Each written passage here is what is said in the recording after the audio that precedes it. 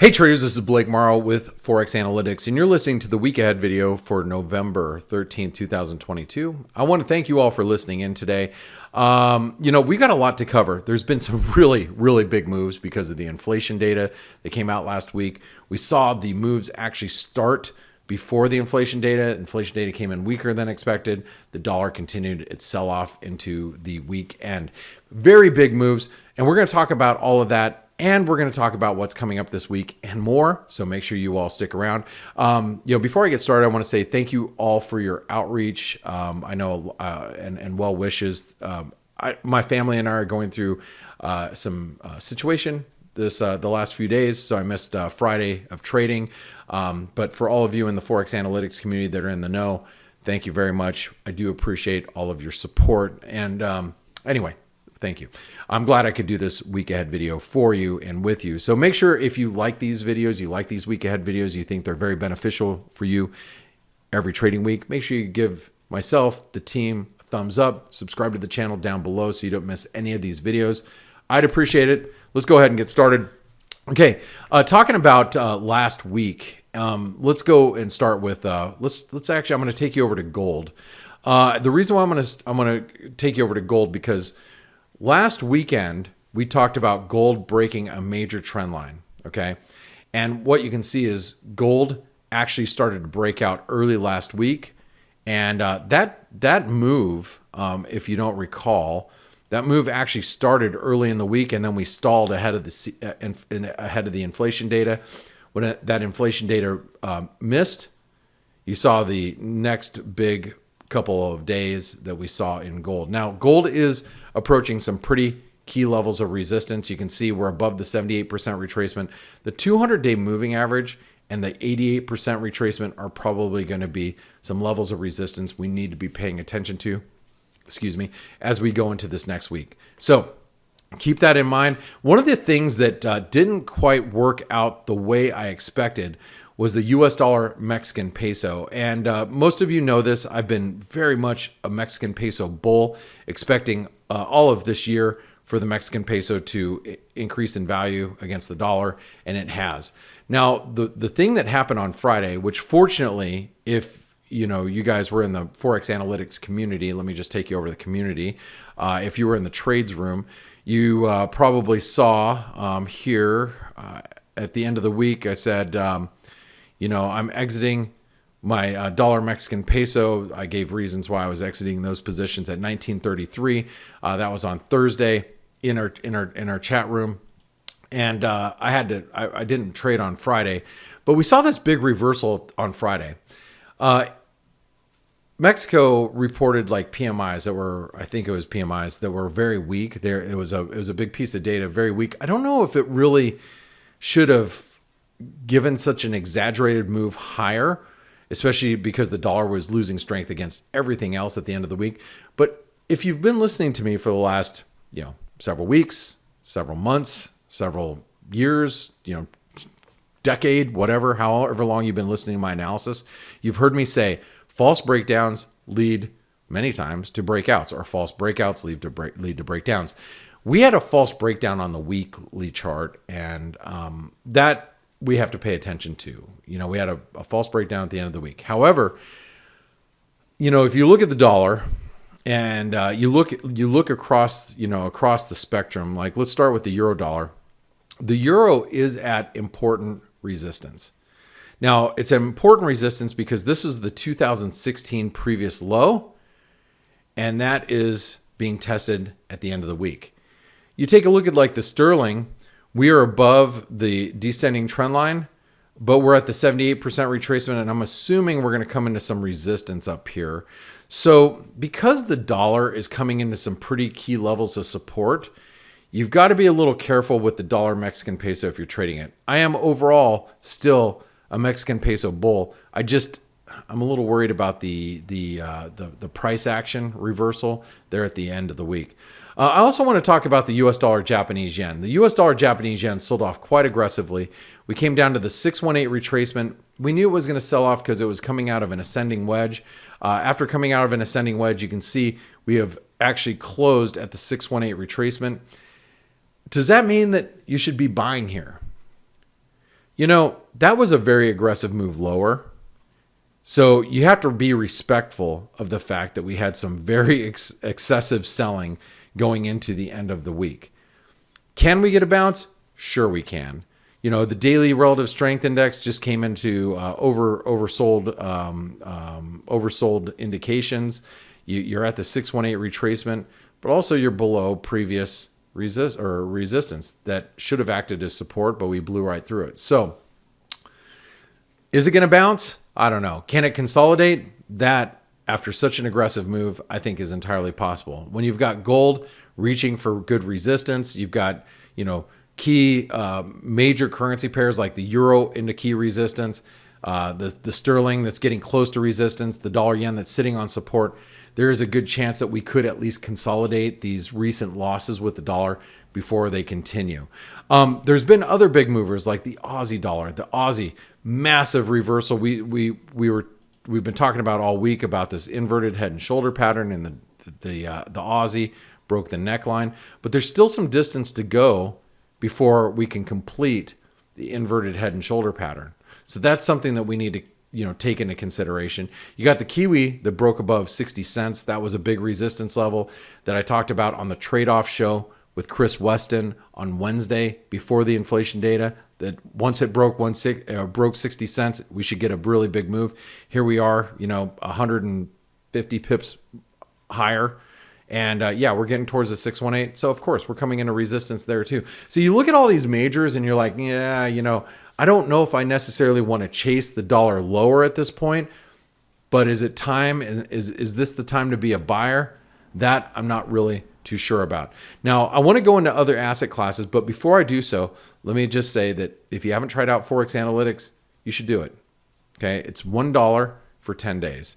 This way you can jump in our community, see if it's the right place for you. Make sure you download the mobile app. And then if you like it, stick with us. If you don't like it, cancel. And it just costs you $1. So check it out. Now, there's other ways to get involved with Forex Analytics. You could actually go into the Trader Funding Program. If you haven't learned about the Trader Funding Program, you should. This is the way that you can access our money so you can trade larger account values and keep 75% of the profits and take none of the risk. Now, you do have to pass an assessment, and your assessment period, it's unlimited. You can take as long as you want to pass it. You'll get Forex Analytics, the community, the mobile app. You'll get that for a certain period of time based on what type of assessment you take. But all you have to do in a demo account is make 10% return without losing more than 5% of a trailing stop on the account. You can't lose more than 4% intraday because we want to make sure that you know how to manage risk. So check it out. See if it's right for you. We had a lot of traders actually access our money this week that have passed their assessments. I want to give a big congratulations. I'm sure he's listening to the week ahead video. So if you are, I'm not going to say your last name, but I want to say Mr. Lin. Okay. It's not his last name. Congratulations.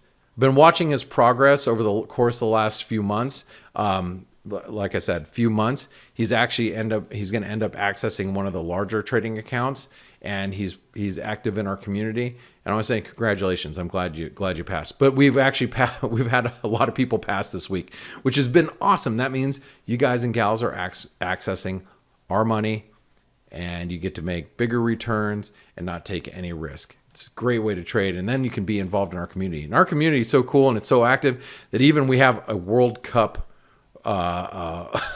discussion going on right now, because I think everybody in the Forex Analytics community is either a previous footballer, loves football.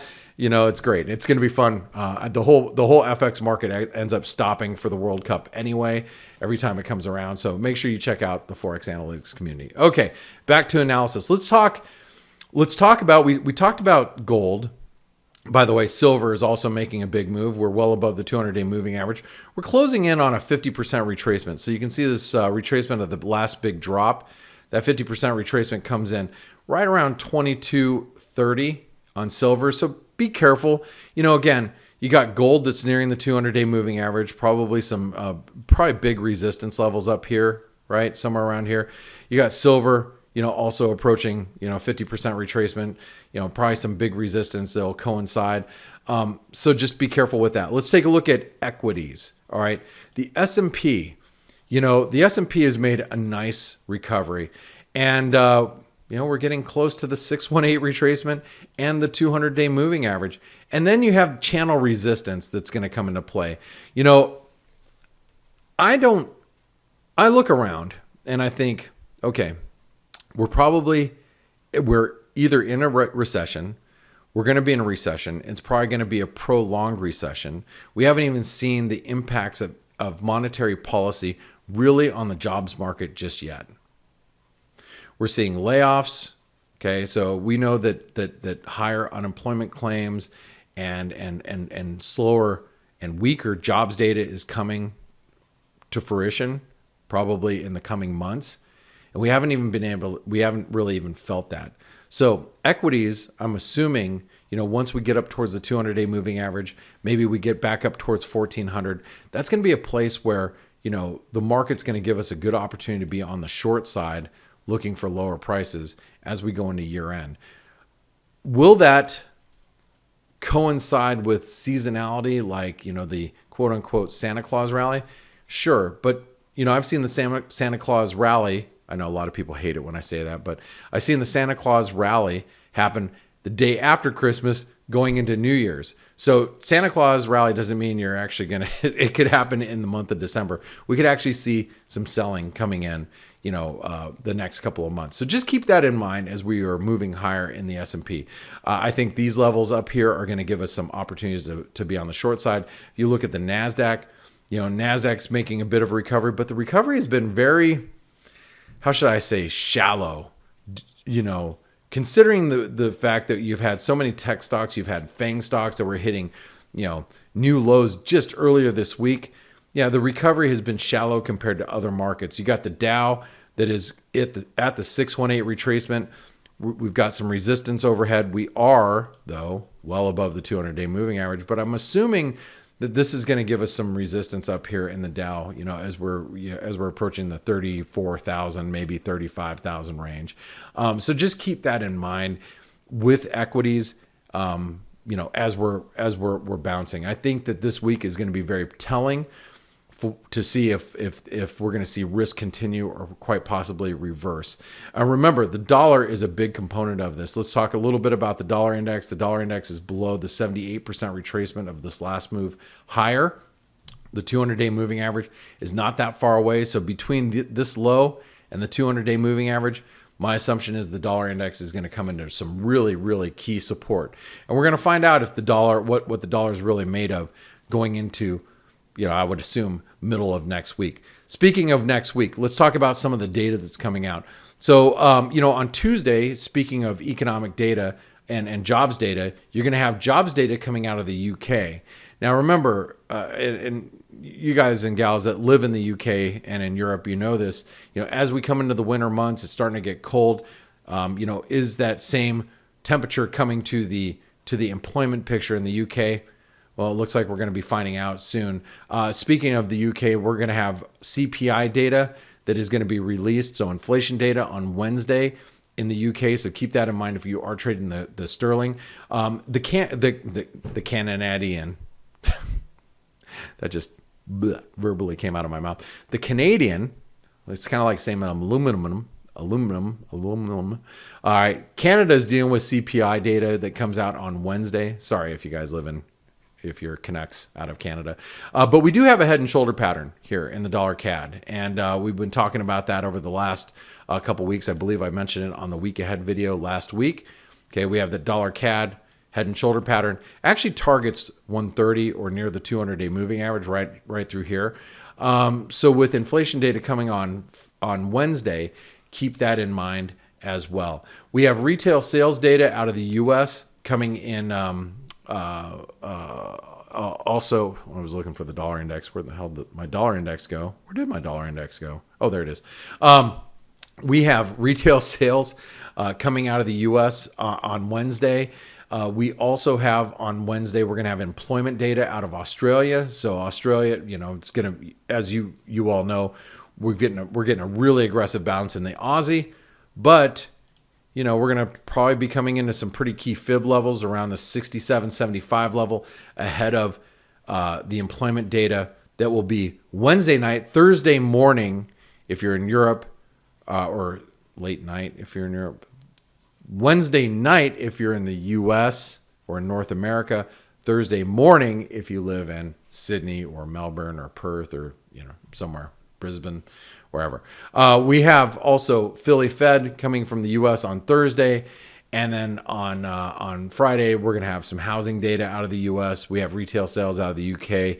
And we're going to have also a lot of FOMC members that are going to be speaking throughout the course of the week. One of the ways to take advantage of understanding what every FOMC member, every ECB member is saying at that moment.